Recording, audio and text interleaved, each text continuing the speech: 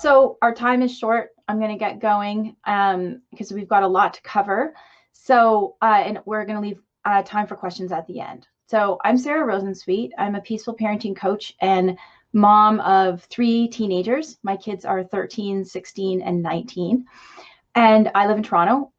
So I'm really happy to be here. And I want to talk to you about something that's so important. And I think you know it is too. And that's why you're here. And that is how to stop yelling at your kids, also known as self-regulation. I'm a peaceful parenting coach. And so one of the big main ideas in peaceful parenting is a focus on self-regulation.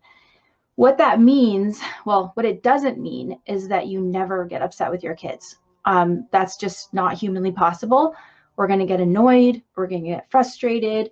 We're going to get super mad. It's just part of life and part of being a parent.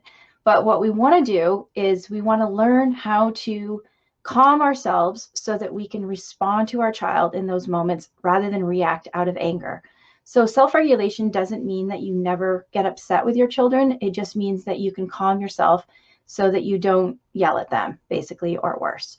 And self-regulation, basically being upset is a spectrum, right? Maybe you might not be a yeller, or maybe you are, and that's why you're here. You might not be a yeller, but maybe you do the, or the eye roll, or, some sort of sign that shows your child that you're not pleased with them. So it's really, it's a spectrum from that, like displeasure, letting them know that you're annoyed, to yelling, to, maybe things that are even more serious. So why is it important to be able to calm ourselves?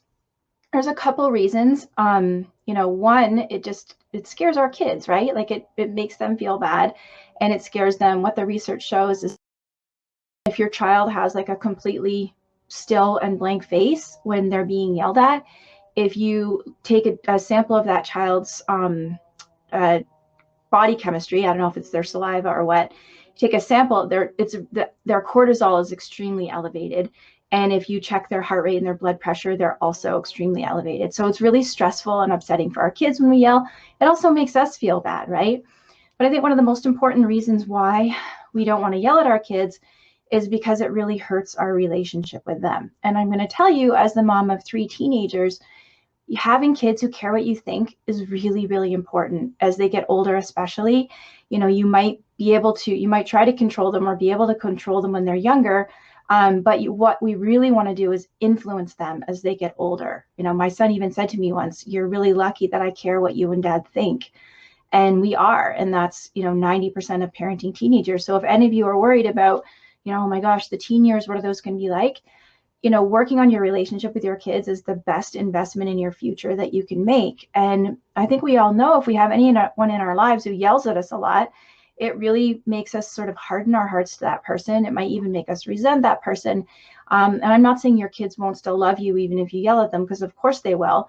But when they care about your relationship, that goes away a little bit when you have anyone in your life that yells at you, right? So that's really, to me, that's one of the biggest reasons to stop yelling. Okay, so I want to also say that this takes time. I'm going to give you some really specific strategies for how to stop yelling. It does take time. Please be gentle on yourself. It's totally normal to, make a lot of progress and then have a setback. It's 2 steps forward, 1 step back. You still end up getting ahead. So there's evidence that says it takes like 60 days to change a habit. And so if you were raised by yellers or you're a habitual yeller, it can be harder, right? Because you're trying to rewire your brain. Right now, your brain is wired in this way that's like, you get upset and you go down the path that ends with yelling, right? It's the fight, flight, or freeze response to our bodies and our feelings of overwhelm. So, okay, don't get discouraged. That's my point. First step is make a commitment. So you want to tell somebody, tell your family, tell your kids, tell your friend, maybe buddy up with somebody else who's been in this presentation at MomFest, and make a commitment that you're going to stop yelling. And whenever we make a public commitment to something, it's a lot harder for us to give up, right? Because tell your kids, "I'm going to stop yelling," and then they say, "Mommy, you're yelling at us." And you said you were going to stop yelling, so it reignites your dedication to keep trying and to keep working at it. I encourage you to make something called a respectful voice chart. And this is going to be a sticker chart for you. in peaceful parenting, we don't usually recommend reward charts or sticker charts, at least not for the kids. But I'm going to recommend that you make yourself a respectful voice chart.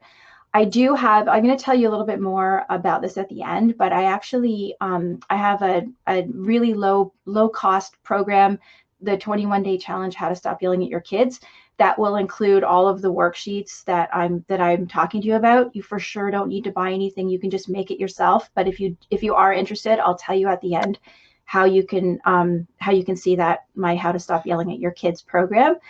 So, and it's $20. It's really like a low cost thing. So, make a respectful voice chart. Just, take a calendar and ask your child, tell your child, mommy or daddy's trying to stop yelling at you. And if at the end of the day, you ask your child, did I yell at you? If you didn't yell that day, you get a sticker. Okay. If you're a really, if that seems hard to you to make it through the whole day without yelling, divide the day in half. At lunchtime, you can ask your child, did I get a sticker? At bedtime, you can ask your child, did I get a sticker? So respectful voice chart, just a simple calendar, or make some, just draw something. Your kids can make you something, but that's the first thing that I want you to do in your quest to stop yelling, is to make yourself a chart. It's really nice to get your kids involved, but it's also nice to look back and see your progress. It might take a little while before you get a sticker, but that first day that you get a sticker is going to feel so good. And then you're going to see the days start adding up, and you're going to look back and feel really good about yourself. So your first tool that I want to give you, like a really specific tool, is called stop, drop, and breathe. Okay, this is your pause button. Remember when I said that the reason why we yell is that our brains get hijacked by our big feelings. We go from, actually, I'll show you a little model. So Dan Siegel, who talks a lot about parenting and the brain, he talks about the hand model of the brain, right? So if you can see, my thumb is let's say that's my amygdala. And our amygdala is the part of our brain that is our emergency 911 part of our brain. It's responsible for where our big feelings come from, where our fight, flight, or freeze happens. And when we get overwhelmed or afraid or upset or even excited, we shift to using our amygdala, right? So that's the emergency part of our brain. Our prefrontal cortex is the part of our brain. It's in the front of our brains, and it's responsible for executive function, logical thought, planning. When we're calm, this is what our brain looks like, right? Our prefrontal cortex is where we're operating from and covering up our amygdala. When we get hijacked, or when we get upset or overwhelmed or whatever, we flip our lid and we're operating from our amygdala. This is really helpful to talk to kids too about, right? So basically what we want to learn is that we're going to rewire our brain so that our amygdala does not get so easily activated.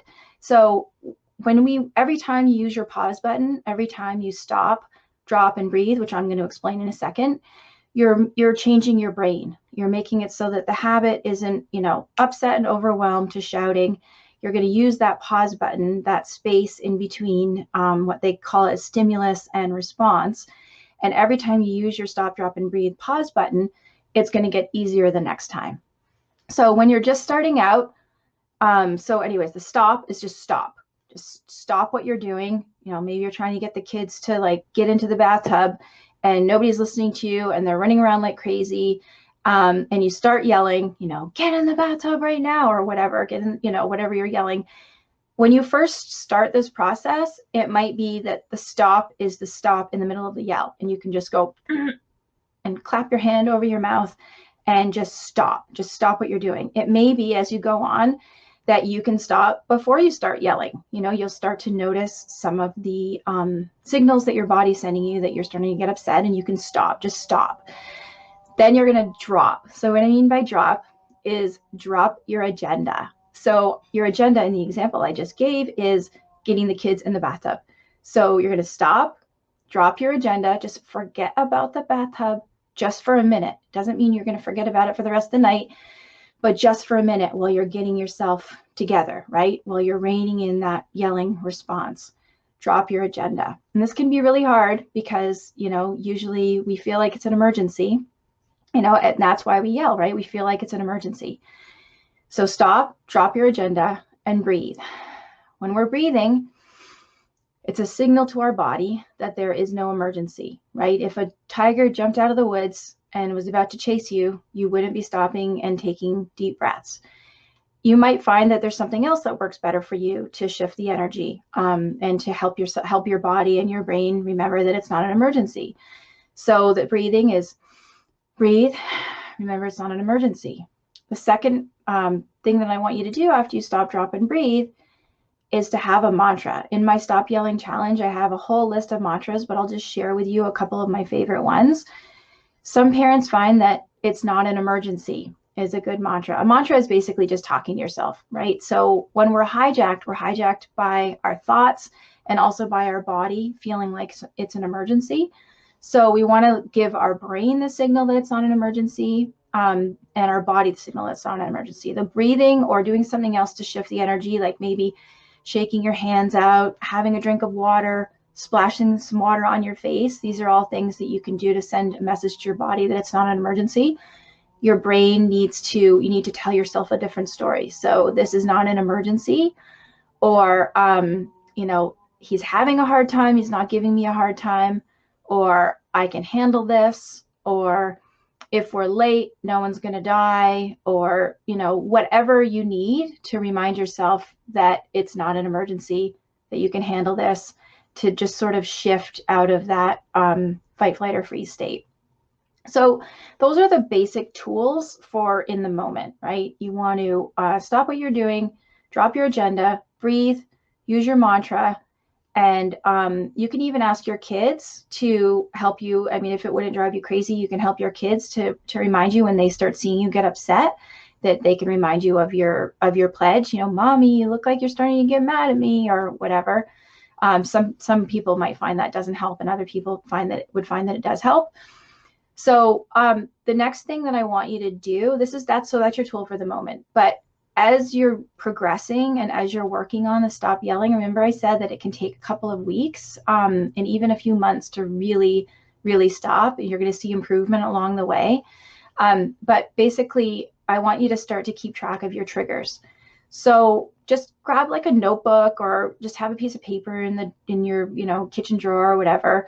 And every time you get upset, whether you yelled or not, but every time you get upset and you want to yell, or you did yell, write down what was going on, right? Write down, you can keep track the date and the time, who you yelled at, what was going on, anything that you think contributed to it. Like say, the example I just used about being late, maybe, you overslept, or one of your kids was particularly difficult that morning, or whatever, but just write down as much information as you can about when you are triggered.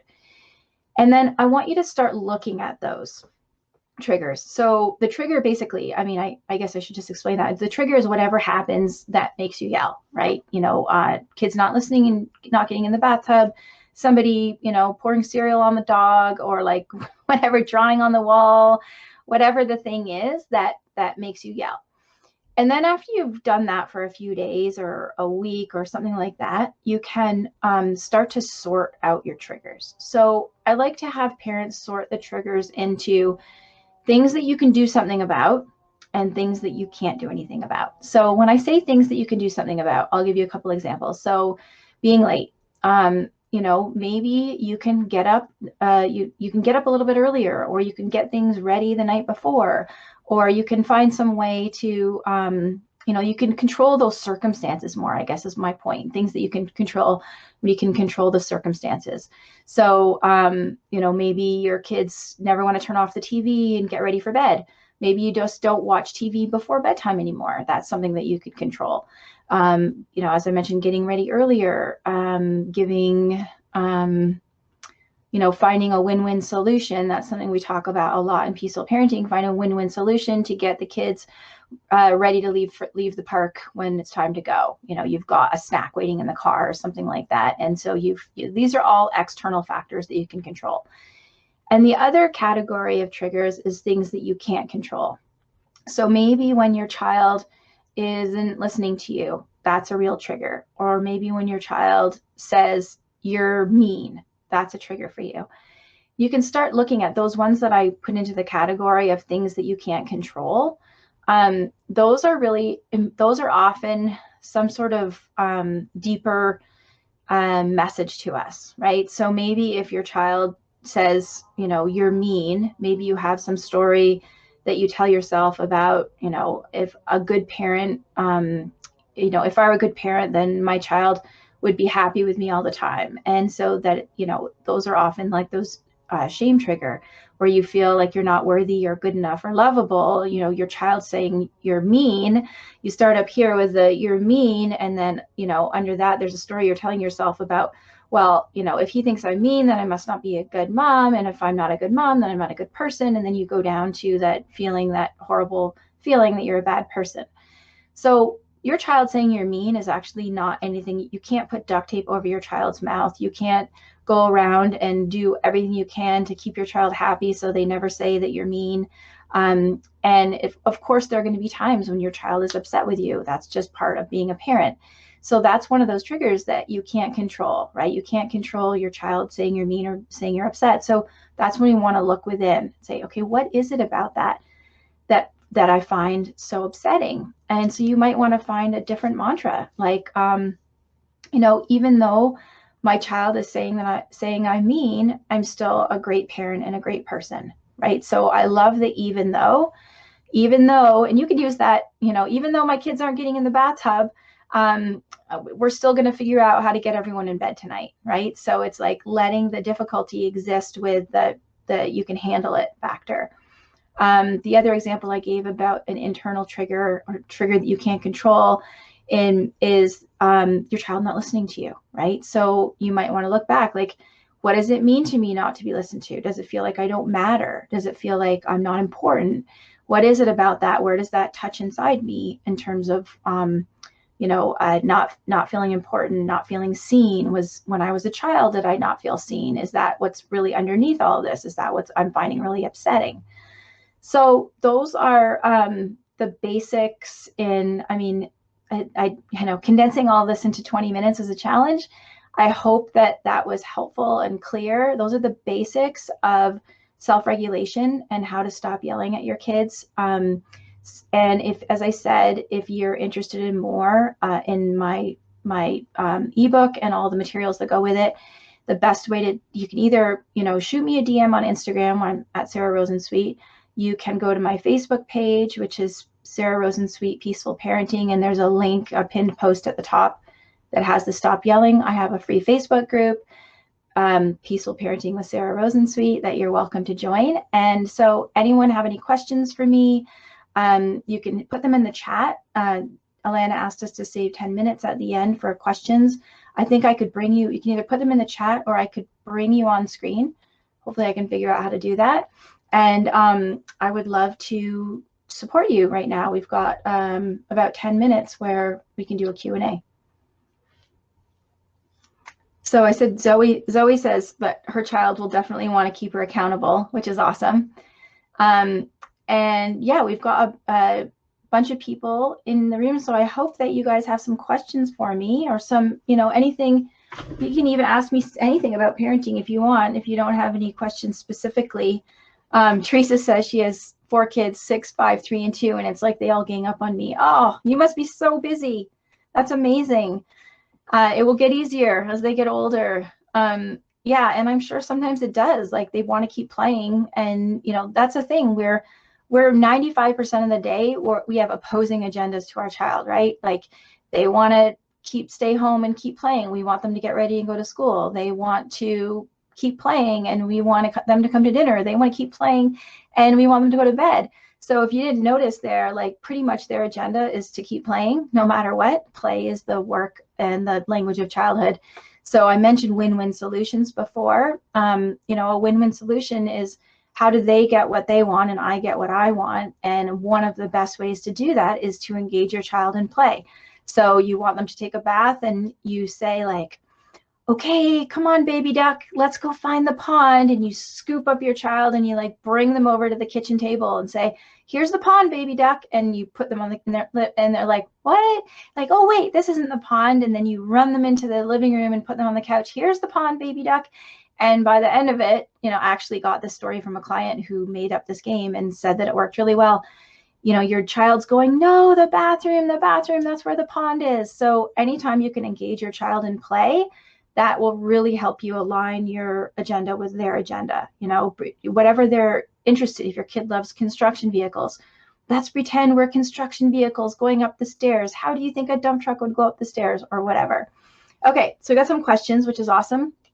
Okay, how do you keep your cool when all this happens at once? Teresa, for sure. And it's just stop, drop, and breathe. That's the really, and really recognizing they're acting like children because they are children and they just want to play. And you probably are like the meanest mommy who wants them to, come and have lunch or whatever, or stop throwing all the stuffed animals down the stairs, or whatever it is that you're trying to get them to do. And stop, drop, and breathe. No matter what's happening, that's still your go-to tool. Lisa Marie says, I find I'm continually asking several times for something to be done, and then I find I'm losing my cool. Tips. Yes. So if you're asking your child more than once, then you're training them to ignore you. First, you have to get their attention in an effective way. So what I always recommend is don't call out from across the room or upstairs or whatever. Go over to your child. Like, believe it or not, kids, like they either are choosing to ignore us, or sometimes they really don't hear us because they're just really engaged in play. And they've, it's kind of like that they hear this like meh, meh, meh in the background because they're so focused on what they're doing. So go over to your child, tap them on the shoulder, get them to look you in the eyes, give them a smile, and then make your request. And if you have been asking over and over and over again, and then they don't listen to you until you yell, unintentionally, you've trained your kids to ignore you until they yell, because they're thinking mom or dad is not serious unless she's yelling. So you ask once, you or get their attention, you ask once, and then you have to do something to get them to come with you or cooperate, whatever, give a choice. You say it's time to come and get their shoes on to get ready to go. Okay, little bunny, time to get your shoes on. Do you want me to carry you, or do you want to hop like a bunny? Or do you want to race me? How many hops do you think it'll take to get to the mudroom? And if you're like most parents I work with, at this point, you're probably like, oh my gosh, this is really sounding like a lot of work, what she's saying. And it is a lot of work to get creative, to think of these playful solutions. But the thing is it's also a lot of work to be fighting with your kid all the time. It takes a lot of energy, and it takes a lot of emotional and mental energy when you feel like there's always conflict, right? So instead of using your energy for conflict, if you can get creative and find win-win solutions, you're using it for connection, and you're using it to make cooperation the habit rather than conflict. Okay. So my husband is a nice one, and my daughter always wants to run to him when I need her to do something. So, I guess talk to your husband about getting on the same team. A lot of times what I find happens with partners is that we have naturally one parent who's a little bit more strict and one who's a little bit more soft. But what happens over time is sometimes we start to overcompensate for each other. So the stricter one sees the soft one is too soft, so they get a little stricter to compensate. And then the soft one thinks the strict one is too strict, so they get a little softer. And before you know it, both parents are further away than they want to be. So I would talk to your husband about that. And I would also just get playful with your daughter when she runs to her dad when you want her to do something. I'd say, hey, you come back here, no escaping, it's time for bed. And then try one of the win-win solutions that I've suggested. So yeah, trying to get those win-win solutions through play. You guys will just find that that's amazing, I think, if you start trying to do that. Oh, and your husband doesn't back you up, she said. So, I would, I guess also having just a little bit of a deep think within yourself. Are you trying to set too many limits? Are your expectations too high? Like, if he's not backing you up, I'm just thinking, I don't know if you can give me an example, Jessica, of the kind of thing he's not backing you up on, but I wonder if it's, unless he's like just super, super, super permissive, I wonder if there are actually things that you're expecting of your daughter that are unreasonable. And maybe, maybe that's why he's not backing you up. I don't know. I know there's a bit of a lag on this, so I'll look for your answer in a second. Zoe says, I find if I'm not yelling, I can kind of be condescending, and that also makes me feel awful. For sure. I mean, that's what I said in the beginning was you might not be yelling, but you might be like, fine, or whatever, like showing your child that you are unhappy with them. And so all of these same tips still work no matter where you are on that spectrum. And I also just want to point out that just as an overarching idea that, to remind ourselves that kids are doing the best they can. So if they're not listening, or they're not cooperating, or, they're being defiant, or whatever it is, our natural state as humans is to be close and connected. So if that can help us also find more compassion and be more patient. And if you're feeling annoyed, that can also really help you bring you back to feeling good again. Is like, okay, they're doing the best they can. They're having a hard day, or their kids acting like kids, or whatever. And so I think just try and use the same things. And also, honestly, if I'm feeling really annoyed by my kids or my husband, usually that's because I'm depleted and I haven't been taking care of myself, and they're acting the exact same way that they always act. So if you're finding you're annoyed a lot, look at your life and how are you taking care of yourself? Are you eating, resting, exercising? I know it's really hard right now with the pandemic, but often being annoyed a lot is usually a sign that we're not taking care of ourselves in the way we should be. Okay. Karina says, I find, and I don't know if we're going to get kicked out of here in 3 minutes, but I'd love to connect with you guys on Facebook, Peaceful Parenting with Sarah Rosensweet, or on Instagram at Sarah Rosensweet, my website, sarah-rosensweet.com. I work one-on-one with parents, and I also have a monthly membership. So if this is intriguing to you or you want more, for sure, get in touch. And I hope this was really helpful. So I'm going to say goodbye now in case we get cut off, and then I'll keep answering questions. Okay. Karina says, I find that I yell when my 3-year-old is doing or about to do something dangerous, so I get scared, and my reaction is to scream, but then I scare them. How can I calmly deal with these situations? You know what, Karina, like sometimes if someone's about to like step out into traffic, screaming to get their attention is necessary, right? If there is something dangerous happening, or doing something dangerous, 100% fine to yell. You don't want to be like, okay, stop, drop, and breathe. Excuse me, daughter, stay away from the road. But what you do want to do after you yell in those types of situations, first of all, you want to try for prevention. Okay, like if you can, try to head these things off at the pass. If you can't, and there's something dangerous about to happen or happening, and you do yell, the next thing to do is to do a repair. And this is great also if all the times that you mess up, which you will mess up, and when you're trying not to yell, but repair. So, oh my goodness, you got so close to the edge of the water, and mama yelled at you. That was so scary. I'm so sorry. Oh, nobody deserves to be yelled at. I was scared that you were going to fall in. And just what you want to do is sort of tell the story when you're doing the repair. Tell your child, nobody deserves to be yelled at. I was scared that you were going to fall in. And giving them a chance, maybe they even need to cry to process some of that fear that happened, and know that we all mess up. Repair is the biggest thing that we can do. Kids are so resilient. You don't have to be a perfect parent. We're all going to mess up sometimes, and when we do mess up, we just repair and apologize, give our child a chance to tell us how they felt. Maybe they cry about it, and then we forgive ourselves and we move on. And that's a really big part of it, right? Forgiving ourselves. Be your own best friend, after you mess up, after you have a bad day. Instead of beating yourself up, lying in bed, you think to yourself, of course that was hard. That was such a hard day today. I'm going to try again tomorrow, and really just be kind to yourself. I've never, in all the years I've been doing this work, I've never seen anyone make improvements out of being hard on themselves.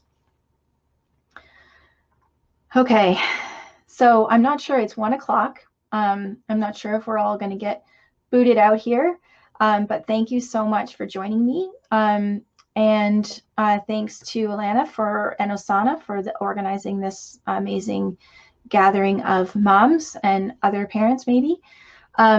So yeah, I look forward to connecting with y'all at a later date, and enjoy the rest of the conference. And I'm gonna check out some of the rooms myself.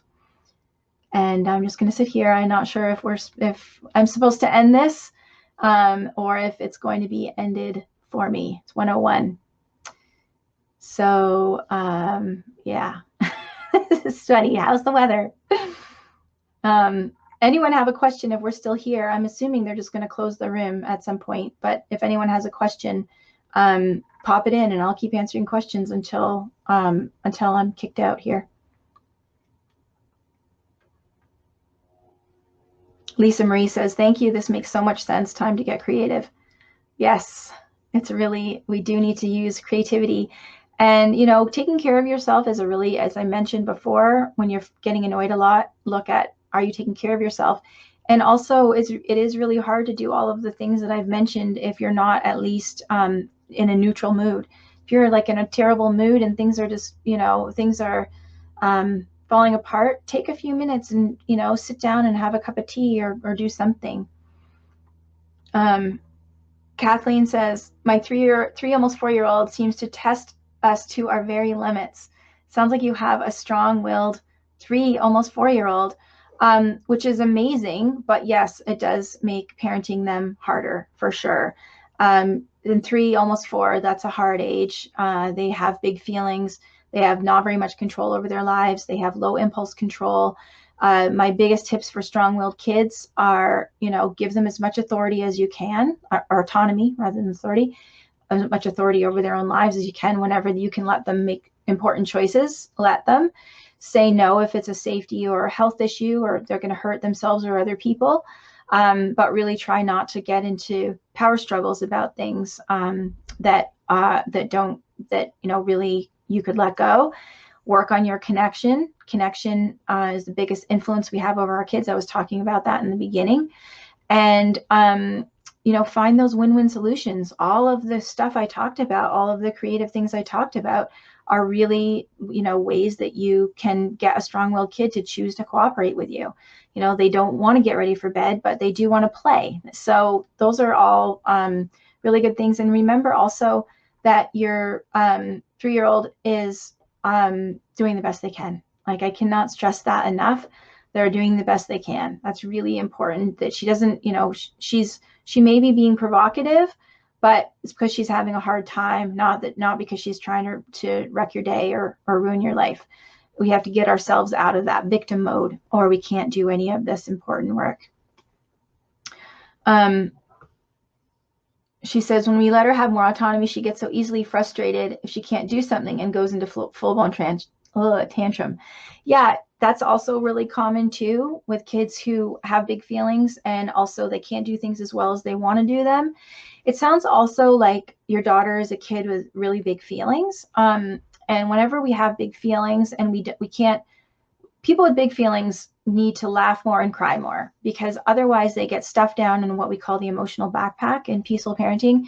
And if she's carrying around all these big feelings, she's going to be more likely to have meltdowns and tantrums. So I would put it on your to-do list to get her laughing 10 minutes a day through some sort of roughhousing that's not tickling, but some sort of chase game, or, you know, horsey ride, or, you know, stuff like that, like anything that gets her laughing, just getting silly. And that will help her release some of her big feelings. And when she can't laugh, she might just need to cry. Your empathy will hopefully help her get past the anger when she sounds like she gets angry when she can't do something. So if you can, you know, really just empathize with her. You wanted to put your shirt on by yourself and it's not working. And really just try and welcome those feelings, because that's how she's going to learn that her feelings aren't an emergency, which is what we're talking about today here, right? Is recognizing our big feelings are not an emergency. Self-regulation for our kids is just the same as self-regulation for adults, except we need to teach that to her. You know, our stop, drop, and breathe that we do to ourselves, it's like we're doing that for her, and like welcoming her feelings, teaching her that it's not an emergency. All right, guys, I'm going to leave the session. I'm not really sure exactly what we're supposed to do to end it, but it's been like really super lovely to be here with all of you. And I look forward to connecting, and I look forward to the rest of the day and tomorrow. Okay, take care.